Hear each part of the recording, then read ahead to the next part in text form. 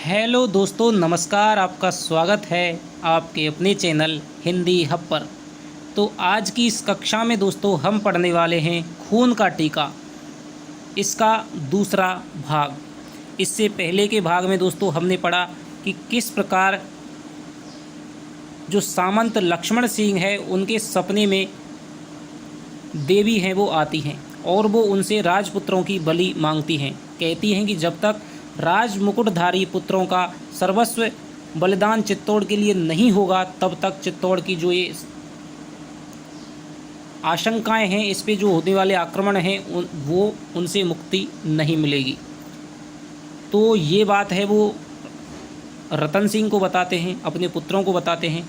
तो जो उनके पुत्र हैं सबसे बड़े जो उनके पुत्र हैं वो हैं इनके आपके अरसी। ठीक है, तो अरसी हैं वो अपनी जो बलि है सर्वस्व न्यौछावर करने के लिए तैयार हो जाते हैं।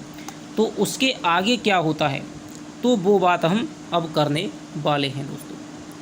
तो चलिए पढ़ते हैं कि युवराज का यह उद्घोष उपस्थिति में आंदोलन मचाने के लिए पर्याप्त था। अन्य पराक्रमियों के हाथ भी अपनी अपनी तलवारों पर चले गई। लाखाजी का द्वितीय पुत्र अजय सिंह, द्वितीय पुत्र कौन सा है? अजय सिंह। पहला पुत्र कौन सा है? अरसी। अजय सिंह गज करके बोला, नहीं, मेरे होते हुए आपको देश के लिए बलिदान नहीं होना पड़ेगा। तो ये संवाद वो आपके अजय सिंह कहता है।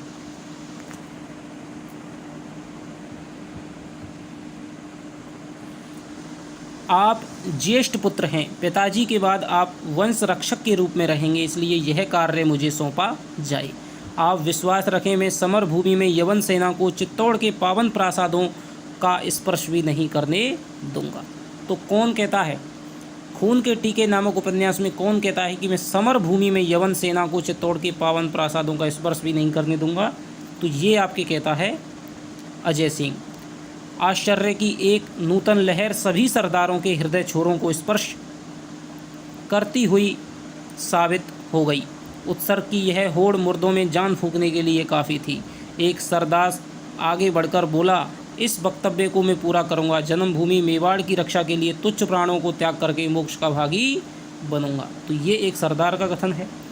राणा जी भी जोश में भर उठे, खड़े होकर बोले, राजमुकुटधारी राजकुमार की बलि।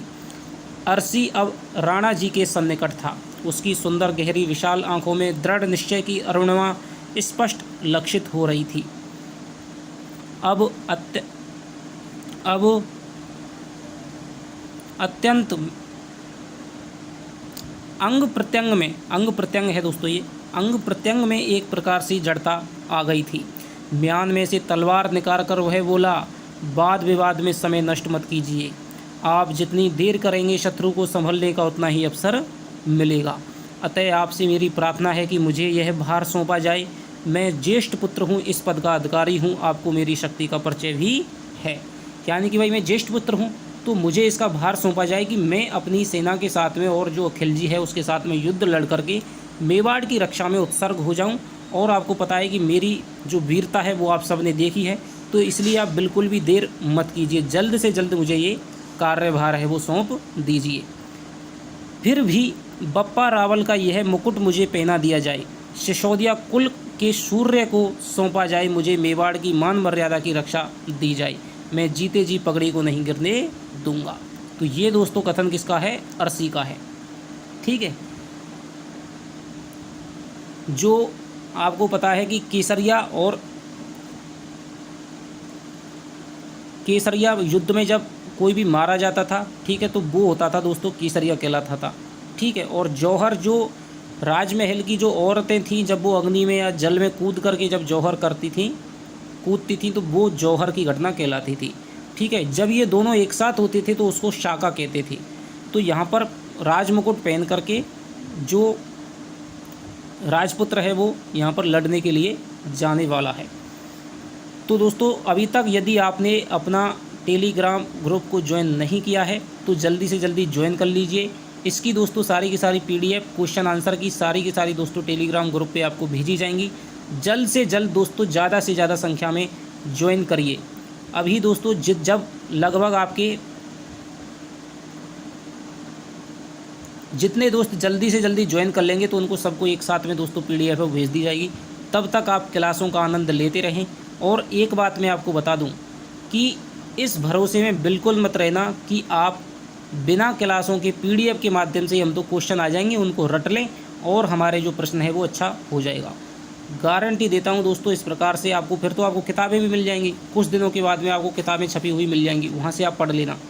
जब तक आप किसी भी चीज़ को पढ़ेंगे नहीं, उसकी जो पूरी की पूरी जो भूमिका है वो आपके माइंड में नहीं होगी, तब तक आप दोस्तों किसी भी प्रश्न को नहीं कर सकते हैं। यदि रटा रटाया हुआ आ गया तो आप उसको कर देंगे, लेकिन यदि थीम से क्वेश्चन बन गया, भूमिका से क्वेश्चन बन गया, ठीक है, कथानक से क्वेश्चन बन गया, तो फिर आप उसको नहीं कर पाएंगे। इसलिए आपको प्रत्येक क्लास को दोस्तों बारीकी के साथ में ध्यान से लेना है, पढ़ना है, ठीक है, बहुत ही आराम से, बहुत ही व्याख्या के साथ में एक एक क्वेश्चन को दोस्तों बताते हुए।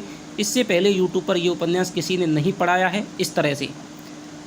अंत में यह निश्चय हुआ कि लाखा जी का भ्रम हो या देवी की आज्ञा, इसे अड़िग आस्था के साथ पूर्ण किया जाए और प्रथम महाराणा अरसी को बनाया जाए। यानी कि पहले जो राजपुत्र है उसको महाराणा बनाया जाएगा, ठीक है, और तब वो युद्ध में जाएगा। मेवाड़ की संकट स्थिति देखकर यही शुभ होगा कि सारे मेवाड़वासी लाखा जी की बात स्वीकार कर लें और चित्तौड़ पर उत्सर्ग हो जाएं। पता नहीं उनका यह स्वप्न ना हो, देवाज्ञा हो। तो ये बात है वो मेवाड़ के सरदार सामंत है वो सोचते हैं। शंख की पावन ध्वनि और मंगल मंत्रों के भव्य अरी सिंह के समान सम्मान सूचक नाम के साथ महाराणा बना दिया गया, ठीक है। अरी सिंह कौन है दोस्तों? अरी सिंह किसका नाम है? इसी का नाम है। अरसी को क्या बना दिया गया? अरी सिंह। और इसी का जो पुत्र है दोस्तों वो कहलाएगा राणा हम्मीर, ठीक है। तो महाराणा बना दिया गया और वह मेवाड़ की शेष शक्ति को एकत्रित करके चित्तौड़ की रक्षा हेतु समर भूमि में उतर पड़ा। उस दिन भास्कर यानी कि सूर्य की भीषण उष्णता में घमासान संग्राम हुआ। मानवी शोणित की प्रवाहित हुई सरताएं यानी कि खून की नदियां हैं दोस्तों वो बहने लग गईं। एक बात दोस्तों ध्यान रखना कि जो अरसी है उसका जब उसको महाराणा बनाया गया तो किस नाम से बनाया गया? उसका नामकरण हो गया अरी सिंह, यानी कि ये सिसोदा गांव के सरदार थे, ठीक है। अब सिसोदा गांव का अरसी है यानी कि जो लक्ष्मण सिंह का पुत्र है अरसी, वो कहलाता है अरसिंह। अरसिंह का पुत्र आएगा वो हो जाएगा राणा हम्मीर। सरताएं तथा यत्र तत्र सर्वत्र बिखरे रुंड मुंड भयावह प्रतीत हो रहे थे। निर्दयी वंचरों द्वारा उजड़े खेतों की तरह वह भूमि नर पिशाचों द्वारा खंडित सौंदर्यमयी मानव देहों से भरी थी। तो ये दोस्तों युद्ध की विभीषिका का चित्रण यहाँ पर दिखाया गया है कि सारे तरफ रक्त की नदियाँ हैं वो प्रवाहित होने लग गईं। जगह जगह पर गर्दनें कटी हुई, रुंड मुंड कटे हुए भयावह दिख रहे थे, ठीक है। पूरी जो धरती है नर पिशाचों से है वो मानव देहों से भरी हुई थी। रात्रि का उन्मन आंचल मानवीय मर्मांतक क्रंदन एवं चीत्कारों के संग विशाल संस्कृति पर आच्छादित हुआ। यानी रात में जैसे ही युद्ध समाप्त हुआ तो जो दोस्तों मरे थे, ठीक है, शहीद हुए थे, उनकी जो वीरांगनाएं थी तो वो वहाँ पर चीत्कार करने लगी, ठीक है। शोक का वातावरण है वो हो गया। मारू का उन्माद भरा स्वर जो वीरों के कर्ण कुहरों में रुक जाने पर भी सुनाई पड़ रहा था, अब आर्तनादों में परिवर्तित हुआ जान पड़ा। राणा अरी सिंह श्रांत क्लांत से अपने खेमे में मुख प्रक्षालन करके सैया पर अधशायित हुए। यानी कि जो राणा अरी सिंह है उन्होंने बहुत ही दमदार तरीके से युद्ध को लड़ा और रात में जैसे युद्ध समाप्त हुआ उसके बाद में मुख को वो धो करके प्रक्षालन यानी कि धोना और सैया पर वो आधलेटे से हो गई। सेवक भोजन का थाल उनके सम्मुख लाया, उन्होंने अस्वीकृति सूचक सिर हिला दिया, पुनः विचारमग्न होकर हथेली का संबल लेकर बैठ गए। एकांत व गहरा मौन, मन में विचारों का विराम आंदोलन। सोच रहे थे युद्ध क्यों होता है, मनुष्य को इतनी निर्दयता से क्यों मारता है। हम सब सभ्य कहलाने वाले प्राणी दुर्बुद्धि के पग पर आरूढ़ होकर नगर के नगर क्यों ध्वस्त कर देते हैं। तो ये बात यहाँ पर दोस्तों युद्ध की जो अनिवार्यता है उसको यहाँ पर ख़त्म करने में लेखक ने विचार अपना प्रकट किया है कि भाई युद्ध है वो कोई ज़रूरी नहीं है। युद्ध के बिना भी विचार से, वार्ताओं से, ठीक है, शांति समझौतों से किसी बात का हल है वो किया जा सकता है। लेकिन उस समय जो खिलजी था दोस्तों उसकी गलती थी, ठीक है, कि ऐसे आप किसी की भी पत्नी को अधिकार करने के लिए जो भी उसका कारण था तो खिलजी की वजह से युद्ध हुआ था, ना कि राजपूतों की वजह से। उनका अपमान किया गया, ठीक है, और उसकी एक लालसा थी कि भाई पद्मावती को मैं पालूं, लेकिन फिर भी वो पद्मावती को नहीं पा सका। तो अपनी लालसाओं के कारण, इच्छाओं के कारण ही है वो युद्ध होते थे। राजस्थान के राजाओं ने दोस्तों कभी भी पहल नहीं की। विदेशी आक्रमणकारी थे, अपनी मातृभूमि की रक्षा करना, अपने गौरव व सम्मान की रक्षा करने के लिए उन्होंने युद्ध लड़े थे। अरि सिंह अशांत हो गए, उठ खड़े हुए।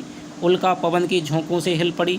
उसके कांपते प्रकाश से सारा का सारा खेमा डोलता हुआ प्रतीत हुआ, मानो धरती पर भूकंप आ गया हो। क्षण भर के लिए वे स्वयं भयभीत हो उठे। क्षणिक विचार मन में आया कि विनाश पर विनाश हो रहा है। अपने विशाल भाल पर हथेली फेर कर वे मर ही मन बड़बड़ाए, उसका मूल कारण है मनुष्य की अधिकार लिप्सा। तो युद्ध का कारण है वो हरि सिंह क्या सोचते हैं, तो युद्ध का कारण है वो है मनुष्य की अधिकार लिप्सा, यानी कि भाई मैं अपने साम्राज्य का विस्तार है वो वहाँ तक कर लूँ, ठीक है। दिल्ली में जो कोई बैठा था उसका यही ध्येय होता था, चाहे वो अकबर रहा हो, चाहे वो खिलजी रहा हो, चाहे वो औरंगजेब रहा हो, कि भाई मेरा संपूर्ण भारत पर, संपूर्ण आर्यवर्त पर मेरा शासन हो, जिससे कि मेरा दुनिया पर डंका बजे, ठीक है। तो ये मनुष्य की जो अधिकार लिप्सा है दोस्तों, यही युद्ध करवाती है, यही लड़ाई करवाती है। रूप और अर्थ की चिरंतन भूख, यानी कि जो रूप है, ठीक है, पद्मावती के लिए खिलजी, और अर्थ यानी कि धन की जो चिरंतन निरंतर जो भूख है आदमी के अंतर्गत रहती है, तो यही युद्ध के लिए मनुष्य को लालायित करती है।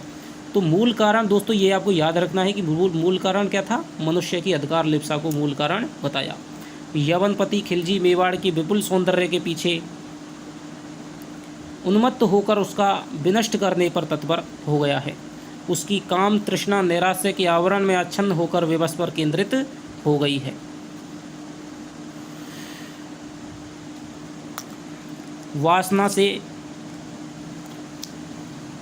वासना में आकंठ यानी कंठ तक डूबा वह मानवीय संवेदनाओं से परे होकर मद, दंभ, अहंकार, ईर्ष्या, द्वेष, अनाचार और हिंसा की प्रतिमूर्ति बन गया है। तो एक तो दोस्तों खिलजी की क्या इच्छा थी कि भाई मेवाड़ है, उसके पास में अतुलित सौंदर्य था, अतुलित धन संपदा थी, अतुलित उसकी जो भूमि है दोस्तों वो उपजाऊ थी, ठीक है, उसका सामरिक महत्व था। इसके अलावा दूसरी चीज़ थी वो थी आपकी पद्मावती। तो रूप पर भी और धन पर भी, दोनों पर दोस्तों वो मोहित था। पद्मिनी नहीं मिली तो खिलजी की कामलिप्सा अतृप्ति की वीचियों में लघु तरणी की संबलहीन होकर डोल उठी।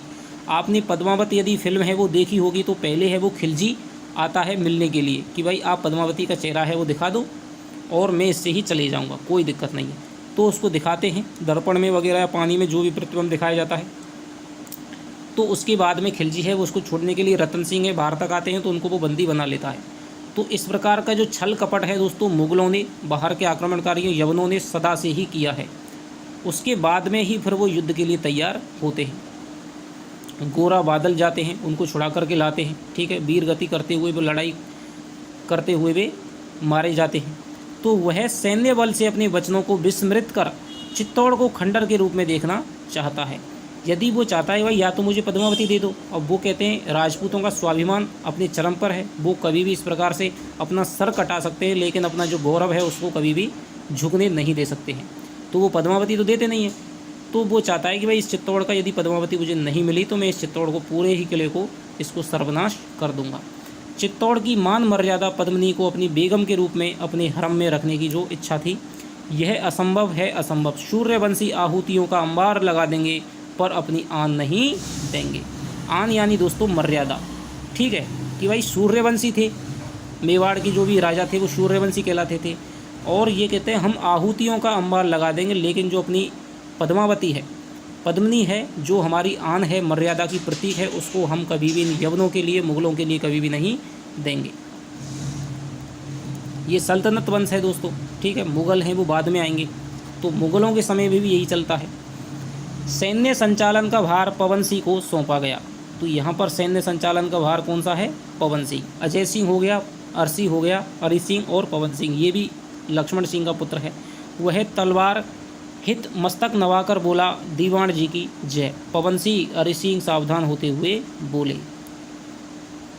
पवन सिंह तरुण था, उसके अग पग से रक्त टपकता हुआ दिख रहा था। सिर झुकाकर बोला, हुक्म शाह, सूर्य देवता से दर्शन के साथ यवनों पर भयंकर आक्रमण किया जाए। यानी कि जैसे ही सुबह हो, सूर्य देवता प्रकट हों, उसके साथ ही यवनों पर है वो आक्रमण कर दिया जाए। पर महाराज यवन सेना असंख्य है, पराक्रम संख्या पर नहीं आंका जाता। यानी कि जो पराक्रम है सेना का, वो कभी भी संख्या बल से नहीं देखा जाना चाहिए, बल्कि वो तय होता है कि सैनिकों में साहस कितना है, वीरता कितनी है, लड़ने का जज्बा कितना है और एकता कितनी है। मेवाड़ का योद्धा किसी का घर नहीं उजाड़ रहा है, वह किसी की बहू बेटी की आबरू से नहीं खेल रहा है, वह किसी के अधिकारों को राहु की भांति नहीं ग्रस रहा है। एक सांस में इतना लंबा वाक्य बोलने से हरि सिंह का सांस फूल गया। तो ये कथन है वो हरि सिंह का है। वे रुककर पुनः बोले, मेवाड़ का योद्धा अपने चित्तौड़ की रक्षा कर रहा है, वह अपने देश की आन और बान के लिए बलिदान हो रहा है, वह अपनी माँ का गौरव और बहन की राखी की लाज रख रहा है। भाई खिलजी की तो अधिकार लिप्सा थी कि भाई मेवाड़ को जीत लूँ, पद्मिनी को पालूँ, तो इस अधिकार के साथ में वो युद्ध लड़ रहा था। लेकिन चित्तौड़ के राजपूतों के लिए तो दोस्तों मजबूरी थी युद्ध लड़ना, क्योंकि यदि वो युद्ध नहीं लड़ते तो या तो फिर वो पद्मिनी को दो या फिर चित्तौड़ के किले को दो, ठीक है। तो उनकी मजबूरी थी, वो चित्तौड़ की रक्षा के लिए, अपनी मातृभूमि की रक्षा के लिए और अपनी आन बान की शान के लिए युद्ध उनको लड़ना पड़ रहा था। उसका प्रतिरोध करना अत्यंत दुष्कर है। पवन सिंह सिर नवाकर खेमे से बाहर हो गया। प्रभात हुआ, प्राची प्रांगण में उषा की अरुणिमा यानी कि आभा, सूर्य की किरणें प्रस्फुटित हुई। क्षितिज पर विस्तृत रक्तिम आभा रण देवी के अधरों पर लगे सुनित सी जान पड़ी। यानी क्षितिज पर जो दोस्तों जो लाल लाल जो आभा थी, वो ऐसी लग रही थी जैसे रण देवी के यानी भवानी के अधरों पर खून लगा हुआ है। आकाश में गिद्ध मडराने लगे। चतुर्दिक यानी कि चारों दिशाओं में अस्त्र शस्त्रों की टंकार झंकार सुनाई पड़ रही थी। रणभेरी का निनाद आरंभ हुआ। रणभेरी दोस्तों एक वाद्य यंत्र होता है। मारू का गगनभेदी स्वर के साथ में राजपूतों के चरण उठ आगे की ओर बढ़े। जय एकलिंगेश्वर के साथ हर हर महादेव के उद्घोष से राजपूती सेना अग्रसर हुई। उधर यवन विपति भी अधिक सैनिकों के साथ में रण प्रांगण में अवतरित हुआ। यानी कि यवन अधिपति यानी कि खिलजी है वो और अधिक सैनिकों के साथ में रण में आया। गुप्तचर ने हरि सिंह को समाचार सुनाया कि आज यवनों की ओर से गढ़ पर प्रचंड आक्रमण होगा, हम भी प्रत्याक्रमण उसी जोश से करना चाहिए। तो ये हरि सिंह कहता है, सैनिक आता है, वो कहता है कि भाई आज जो यवन है, खिलजी है, वो बहुत ज़ोर से आक्रमण है वो चित्तौड़ पे करने वाला है। तो हरि सिंह कहते हैं कि हम भी उसके प्रत्युत्तर में उसी जोश के साथ में हमें भी आक्रमण करना होगा। पवन सिंह की हथेली में कल घाव लग चुका था, अतः वह तनिक निरुत्साहित सा बोला, किंतु शक्ति। हरि सिंह ने एक हुंकार भरी। पवन सिंह के कंधे पर हाथ रखकर वे गंभीर स्वर में बोले, हमसे अजय शक्ति है, चित्तौड़ की रक्षा हम करेंगे। जब मैं रणभूमि में बहुत आगे बढ़ जाऊं और शत्रु की सेना मुझे घेरने की चेष्टा करे, तब तुम जोर का आक्रमण कर देना। इस पद्धति से उन्हें अत्यंत हानि उठानी पड़ेगी। यानी कि हरि सिंह है वो कहते हैं कि जब मैं युद्ध भूमि में आगे की तरफ बढ़ जाऊं, तब तुम पीछे से है वो यवनों पर आक्रमण कर देना, इससे उन्हें दोहरी मार है वो झेलनी पड़ेगी। पवन सिंह अपने स्वामी की आज्ञा मानना ही अपना धर्म समझता था। मारू राग अब अपने भरपूर जोश में था। संघर्ष की भीषण वहनी लिए ये क्या है दोस्तों, प्रभावासी चित्तौड़ की रक्षार्थ त्याग कर हर हर महादेव की प्रबल वाणी प्रतिध्वनित हो उठी। यानी हर हर महादेव करके है वो युद्ध की शुरुआत हो गई। तो दोनों ही तरफ से घमासान युद्ध हुआ। यवन मानवीय रक्त से तिरोहित हो गया और जो भयानक विभीषिका प्राणियों के समक्ष साक्षात, युद्ध की जो भयानक विभीषिका थी वो प्राणियों के समक्ष में साक्षात हो उठी। युद्ध अनिर्णित रहा, यानी कि कोई भी इसका निर्णय नहीं हो पाता। जब जो सेना है वो खेमे की ओर लौट रही थी, तब उसका आहत तनिक और युद्ध को रोका। ये दोस्तों थोड़ा सा अच्छा टाइप नहीं है, ठीक है, चलिए कोई दिक्कत नहीं है। भोजन और अमल पानी करके अरि सिंह उल्का के सम्मुख आकर खड़े हो गए। आज युद्ध में वे मृत्यु के मुंह से बाल बाल बचे थे। क्षण भर के लिए उन्होंने कुलदेव एकलिंगेश्वर की अभ्यर्थना की। शैया पर नेत्रोन्मीलन करके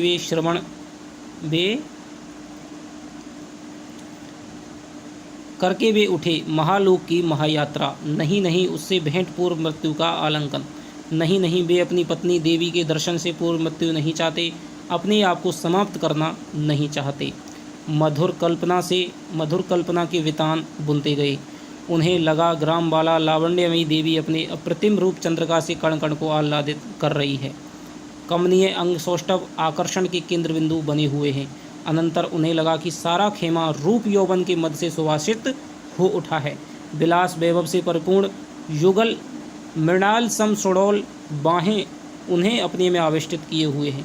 तो यहाँ पर उन्हें अपनी जो पत्नी है, सुंदर पत्नी है, उसकी याद आ रही है और उन्हें श्रृंगारिक वातावरण है वो दिखाई दे रहा है। अतीत स्वप्न सा उन्हें स्मरण होने लगा। अश्व का तीव्र वेग से भागना और सुअर का पीछा करना। अरसी उस दिन आखेट हेतु निकला था। वन्य पशु सुअर का सर्वप्रथम सामना हुआ। सुअर तीर से आहत होकर द्रुत गति से घने लहलहाते खेतों की ओर भागा। अरसी ने उसका पीछा करना नहीं छोड़ा। वह खेतों को रौंदता हुआ सुअर का पीछा कर रहा था। ज्वार की बालियां पवन के झकोरों से हिल रही थीं। अश्व के पांवों की खड़खड़ाहट सुनकर एक ग्रामबाला ने गर्ज कर कहा, ओ अश्वारोही, ठहर, खेत को मत उजाड़। संगीत सा मधुर स्वर ज्यों ही अरसी के कानों में पड़ा, उसने लगाम थाम ली और चकित सा वह उस युवती की ओर निहारने लगा। तो ये दोस्तों अतीत में अरि सिंह हैं वो सोते हुए उस समय की ओर फ्लैशबैक में जा गए हैं। उस समय को सोच रहे हैं जब सबसे पहले उनकी पत्नी से मिलन हुआ था कि वो एक शिकार पे गए हुए थे, सुअर का पीछा कर रहे थे, एक तीर सुअर को लग गया था और वो भाग रहा था। उसके पीछा करते हुए वो एक ज्वार के खेत में घुस गए थे। तो पीछे से एक लड़की थी, उसने पुकारा कि भाई ओ अश्वारोही, घोड़े पर सवार, तू मेरे खेत को मत उजाड़। चकित सा उस युवती को निहारने लगा। युवती संकोच से स्तब्ध सी हो गई। कला की अधिष्ठात्री नारी सौंदर्य की अजय अभेद रूप अतुल किंद्री सौंदर्य, यानी किंद्रियों के समान है उसका अतुलित सौंदर्य था। आकाश में, तो ये दोस्तों इसकी है, ये पहला ही वो पन्ना आ गया है, ठीक है। युद्ध को रोका तो भी मनुष्यों का विनाश कर दे राक्षस, तो ये पहला ही पन्ना आ गया है। और आपका अरसी ने अपने अश्व को उस सुंदरी के समीप किया। उसके कमल नयन एक तंद्रिल पलकों को अन्वेष दृष्टि से देखा और केसर की सुरभि सदृश महकते गात की सौरभ से मुग्ध होता हुआ वह दीर्घ निश्वास सहित बोला, मेरा शिकार। युवती चतुर शिल्पी द्वारा विरचित सौम्य शांत प्रतिमा की तरह स्थिर होकर बोली, कैसा शिकार? मेरा शिकार यानी कि मेरा सुअर। ओहो कहकर युवती मुड़ी और बोली, श्रीमन, कृषकों की आत्मा को कुचलने के लिए चेष्टा ना कीजिए। ये खेत हमारे जीवन हैं, इन पर आपका अश्वारूढ़ होकर दौड़ना हमें अति पीड़ाजनक लग सकता है। कदाचित उसका प्रतिरोध रक्तजित भी हो सकता है। युवती ने क्षण भर के लिए वक्र दृष्टि से अरसी को देखा और आगे बढ़ती हुई बोली, आप मेरी प्रतीक्षा कीजिए, मैं आपका शिकार अभी लाई। अरसी विस्मित सा खड़ा रहा, मन ही मन सोचता रहा। तभी वह युवती उस सुअर की रज्जू से बांध करके ले आई, यानी कि सुअर है वो तीर लग गया था, खेत में घुस गया था और वहीं खेत में वो मर गया था, तो वो उसको रस्सी से बांध करके बाहर ले आती है। अरसी हतप्रभ सा देखता रहा। युवती ने दम्भ से अरसी की ओर देखा, फिर विनत हो उसे अपनी गर्दन झुका ली। उसके मुख पर सौम्यता झलकने लगी। तुम बड़ी वीर हो, क्या आपसे भी सत्वरता से वह युवती खेतों की झुरमुट में ओझल हो गई, यानी तेजी से वो खेतों की झुरमुट में ओझल हो गई थी। युवती अपने पीछे एक मुक्त अट्टहास छोड़ गई। उस अट्टहास में प्रच्छन्न प्रतिक्रिया ने अरसी को विचलित कर दिया। अरसी के दो चार साथी आ गए थे। वृक्ष की छाया में वे नीचे विचार विमर्श करने लगे। अरसी बार बार वार्तालाप में प्रसंग रहित प्रश्न पूछ लिया करता था। उसके एक साथी ने अप्रत्याशित पूछा, क्या बात है अरसी, तुम खो क्यों जाते हो? नहीं नहीं नहीं, खेतों से गीत की मादक ध्वनि आने लगी थी। कृषक कन्याएं अलकारों को धूप में झलकाती रंग बिरंगे वस्त्रों से सज्जित एकाग्र होकर गा रही थीं। तभी अश्व हिनहिनाकर उछला। अरसी ने भागकर देखा कि उसके मित्र के अश्व की एक टांग में चोट आ गई है। उसके साथी ने तुरंत अपनी पगड़ी से घोड़े की टांग को बांधा। इधर उधर देखा तो वही युवती अपनी ओर आती हुई दिख पड़ी। इस बार वह उदास थी। अरसी ने अपने मित्र से कहा, यही है वह युवती। युवती ने विनीत स्वर में कहा, मैं आपसे क्षमा मांगती हूँ श्रीमन। पक्षियों को उड़ाने के लिए गोफन यानी कि दोस्तों आपको पता है कि एक रस्सी में कंकड़ या पत्थर बांध करके उसे घुमा करके फेंका जाता है, जिससे कि पक्षी है वो उड़ जाते हैं। तो गोफन चला रही थी, उसकी एक कंकड़ से आपके अश्व की एक टांग है वो घायल हो गई। अरसी उतावली से बोला, कोई बात नहीं। युवती अपने गुलाबी कोमल अधरों पर मुस्कान बिखेरती हुई पुनः उसकी दृष्टि से ओझल हो गई। तो ये दोस्तों उसकी प्रथम मुलाकात थी। इंद्र सिंह, यह युवती मेरे मन मंदिर में बस गई है। छी, आज शिकार के हाथों तुम स्वयं शिकारी हो गई। एक जोर का अट्टहास उस वन में गूंज पड़ा। संध्या हो गई। नर नारियां खेत से घर की ओर आ रहे थे।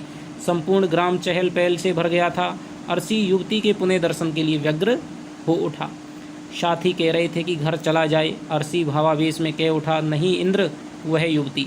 बीच में ही इंद्र सिंह बोला, ठाकुर सा को जानते हो? सिसोदिया वंश में उसकी प्रतिष्ठा अनुकूल ही कुलवधू आ सकती है। तो भाई अपने मित्र से कह रहा है कि भाई वो कहता है घर चलो, कि वो कहता है वो युवती। तो इंद्र सिंह कहता है कि ठाकुर सिंह तुम पिताजी को जानते हो, लक्ष्मण सिंह को? उनकी प्रतिष्ठा के अनुकूल यानी जो सरदारनी होगी वही कुलवधू बन करके आ सकती है। तुम राजवंश के हो और वो युवती है, वो तो सामान्य नारी है। तो फिर इस प्रकार की बातें वो आप मत करो।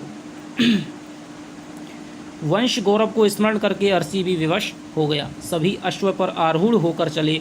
जिससे अश्व की टांग में चोट आई थी वह साथी धीरे धीरे आ रहा था। पथ में ही उन्हें वह युवती फिर से मिल गई। इस बार उसने अपने सिर पर बड़ा मटका रख छोड़ा था।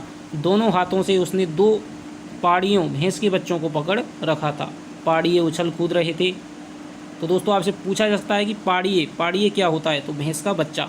पर क्या मजाल दूध का मटका गिर जाए। अरसी इससे बहुत प्रभावित हुआ। इसके उपरांत प्रतिदिन अरसी अकेला वहाँ से आता था और शनै शनै उसने उस युवती को अपनी प्रेम की ओर आकर्षित कर लिया।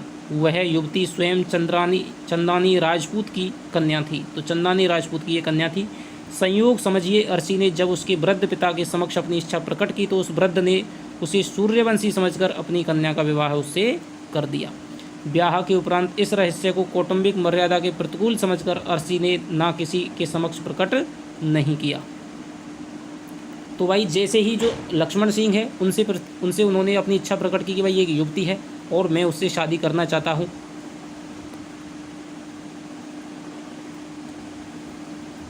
ठीक है। तो जो लड़की के पिता थे, वृद्ध पिता थे, अपनी इच्छा प्रकट की तो उस वृद्ध ने उसे सूर्यवंशी समझकर अपनी कन्या का विवाह उससे कर दिया। तो इसके बाद में वो इस बात को नहीं बताना चाहता था। कदाचित लाखाजी इस विवाह की स्वीकृति भी नहीं देते। उस कन्या देवी ने कभी भी अरसी से आग्रह अनुग्रह भी नहीं किया। वह कृषक कन्या तारुण्य के विपुल उन्माद में भी अरसी को अपना आराध्य मानकर विवेक पूर्ण कदम उठाया करती थी। जब अरसी को बाप होने का समाचार सुनाया गया तो वह अपरिसीम आनंद में डूब गया। तो यहाँ पर दोस्तों धीरे धीरे बात वहीं पहुँच रही है जो इस उपन्यास का नायक है, यानी कि राणा हम्बीर। कि किस प्रकार राणा हम्बीर है, वो पहले रतन सिंह की बात आई, खिलजी की बात आई, लक्ष्मण सिंह सरदार की बात आई, उनके बड़े बेटे अरि सिंह की बात आई। ठीक है। अब अरि सिंह का बेटा है वो होता है हम्बीर।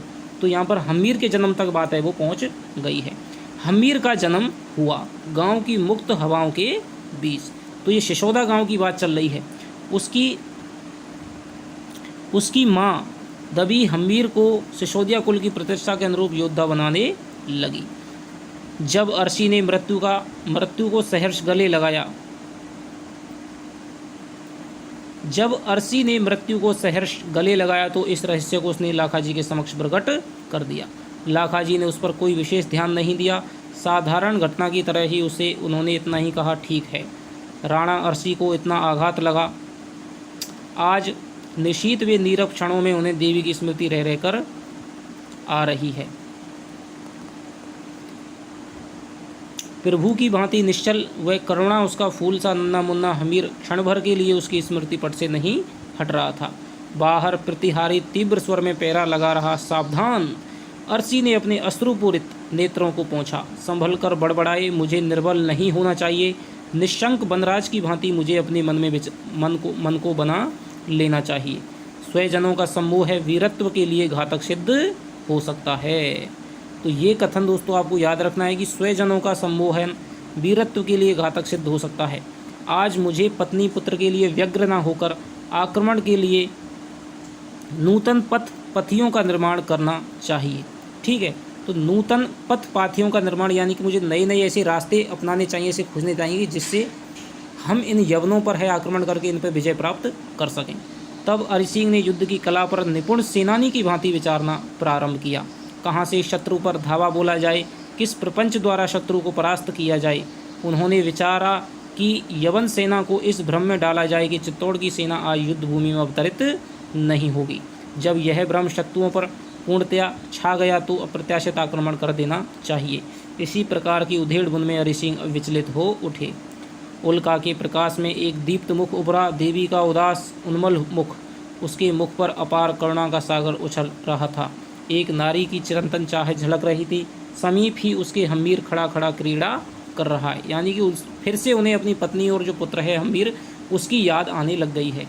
उसके हाथ में छोटा सा तीर कमान है। अरिसिंह भावाभिभूत हो गए। उन्हें लगा कि उनकी प्राण प्रिया विगलित स्वर से कह रही है कि नाथ, आपने प्रतिज्ञा की थी कभी ना कभी मैं तुम्हें अपने स्वजनों से मिलाऊंगा, पिता और माता के दर्शन कराऊंगा, क्या आप वचन भूल गए।